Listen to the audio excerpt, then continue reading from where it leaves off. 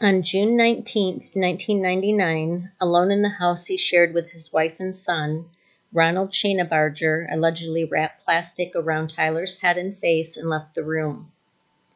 20 minutes later, after assuring the child was dead, he removed the plastic, placed the baby in the crib face down, and waited for his wife to come home from work.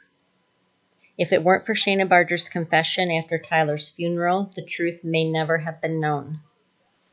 Ronald Shanabarger and his wife Amy both went to high school in Martinsville, Indiana, a town with roughly 20,000 residents, even though Ronald was originally from Georgia. It's best known as the home of the liberal arts Franklin College. Apparently, the plot to marry Amy, have a child together, give them the appropriate amount of time to bond, and then kill that child was all hatched back in 1996. That's when Ronald's father passed, and Amy didn't cut her cruise with her parents short to come home and comfort him. On Father's Day 1999, Amy Shanabarger found her chubby-cheeked, sweet baby Tyler face down and dead in his crib. The Reverend Randy Maynard, a volunteer chaplain for Franklin Police, accompanied police to the couple's home on Father's Day. Ronald was not comforting his heartbroken wife when authorities and Maynard arrived at the Shanabarger's home. Maynard said Ronald seemed cold, distant, and offered no comfort whatsoever to his sobbing wife, Amy. Most parents whose child dies from SIDS are normally weeping and consoling one another when authorities arrive. After Amy's parents arrived later that morning, Ronald gave his father-in-law a gift-wrapped commemorative knife as Father's Day present, Maynard said. That really struck me as odd. Maynard said he's still troubled by the image of Tyler's tiny face. He said he was a beautiful boy even in death. He was just the most beautiful boy. I'm still getting goosebumps thinking about this guy. Maynard was called on Father's Day to Ronald and Amy's home to comfort them. When he got there, it was filled with investigators. Amy was a wreck. She was shaking and crying, visually grief-stricken. Ronald appeared emotional and grief-stricken at first, then later changed gears, asking if his son had really died of sudden infant death syndrome. Maynard prayed. He held Ronald in his arms and prayed. Tyler's brightly decorated room was solemn that day. It was decorated with Looney Tunes, and it should have been a happy place, but not on this Father's Day. Maynard walked into the room with the couple. Standing over the baby's crib, he wrapped the couple in his arms. He remembers Ronald asking, "Is the baby's face blue? And is the boy going to be in heaven?" Maynard said yes, and tried his best to comfort the grief-stricken mother, who was crying uncontrollably. He wanted to be strong for the couple, but standing there gazing at the tiny Tyler lying on his side in pajamas brought him near tears. Maynard even called the couple the next night just to make sure that they were okay.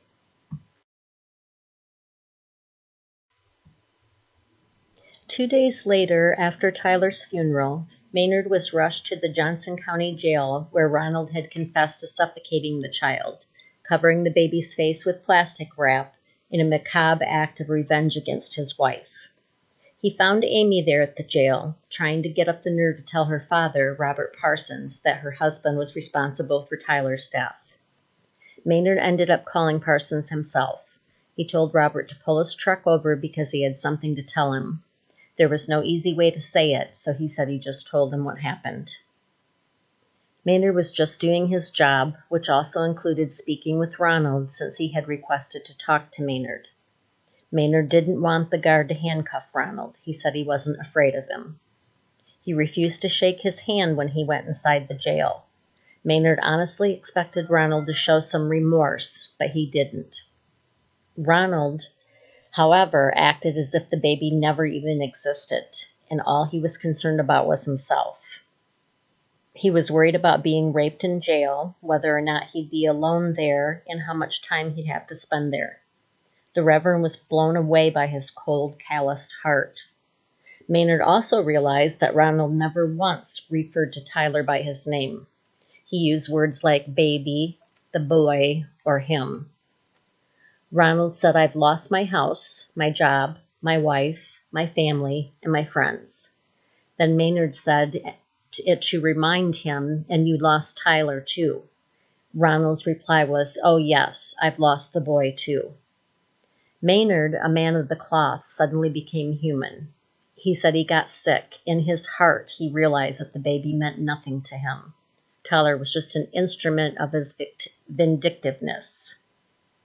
Maynard only lasted 15 minutes with Ronald, and before walking out, he uncharacteristically said, "I don't ever want to see you again. I don't want you to call me, and I don't want to have anything to do with you." Maynard said he's torn spiritually. He knows it's his job to forgive. He said it's the Jesus thing to do. But after meeting him, he had a human reaction. He said, "If I could just get a hold of this guy for 5 minutes with some plastic wrap." He said he can't find the spiritual power to forgive Ronald Shanabarger for the sin of murder and the cruel suffocation death of his 7-month-old son, Tyler. Authorities said this sad story began 3 years ago when Ronald became upset with his then fiancée. He asked her to come home when his father died, and she wouldn't, so he decided he wanted to get revenge. And the way he decided to do it was by marrying her, conceiving a child with her, and then killing that child. Dr. Stuart Fishoff, professor of psychology at California State University, said, "The explanation would have to be looked at in terms of a kind of long-term obsession that Mr. Shanabarger had with his soon-to-be wife, in a sense of betrayal that she was not there for him in his time of need, and she was going to pay for that."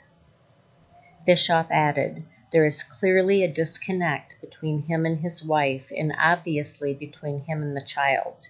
Here, the child was used as an object of revenge."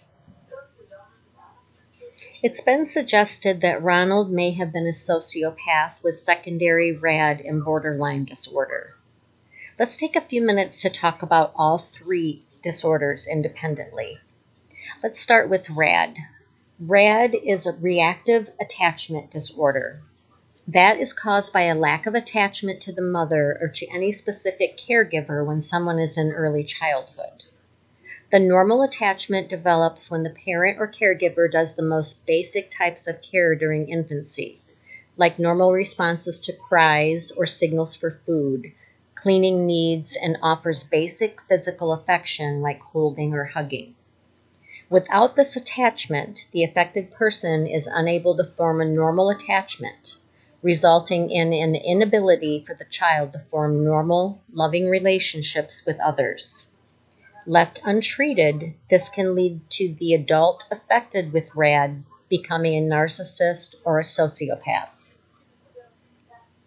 The second one I want to discuss is a sociopath.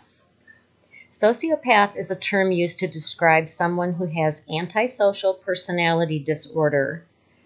People with ASPD can't understand others' feelings. They'll often break rules or make impulsive decisions without feeling guilty for the harm they cause.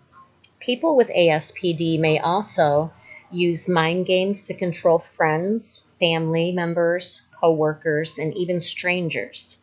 They may also be perceived as charismatic or charming. Think of Ted Bundy when you think of that one. The third and final disorder I want to discuss is borderline personality disorder. This is a mental health disorder that impacts the way you think and feel about yourself and others, causing problems functioning in everyday life. It includes self-image issues, difficulty managing emotions and behavior, and a pattern of unstable relationships. With borderline personality disorder, you have an intense fear of abandonment or instability, and you may have difficulty tolerating being alone. Yet inappropriate anger, impulsiveness, and frequent mood swings may push others away, even though you want to have a loving and lasting relationship. Could one of these disorders have caused Ronald's actions and reactions, or maybe all three disorders together that form to make a perfect storm? Most of us, including Thelma and myself, we like to try and examine and study the actions of murderers and try to find a reason or cause to such behavior. It helps us to make some kind of sense out of the act itself. A jury convicted Ronald Shanabarger on May 8, 2002, of killing his son. As the verdict was read, Ronald muttered to himself that he was shocked. He was completely shocked. He couldn't believe that they had found him guilty. On June 13th, Ronald Shanabarger was sentenced to 49 years in prison with the eligibility for parole in 23 years. Amy Parsons, mother of slain Tyler, shared her father's shock that Special Judge Raymond Kickbush did not sentence Shanabarger to life in prison without the possibility of parole.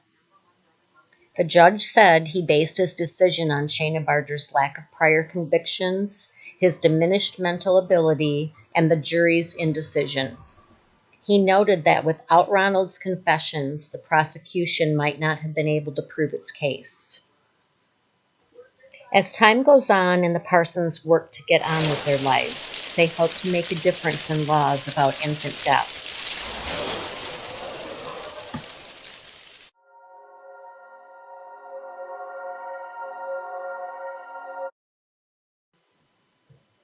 If you feel like you or someone that you love might need help with a mental and/or a substance use disorder, please contact SAMHSA's National Helpline at 1-800-662-4357. That's 1-800-662-HELP. It's free and confidential.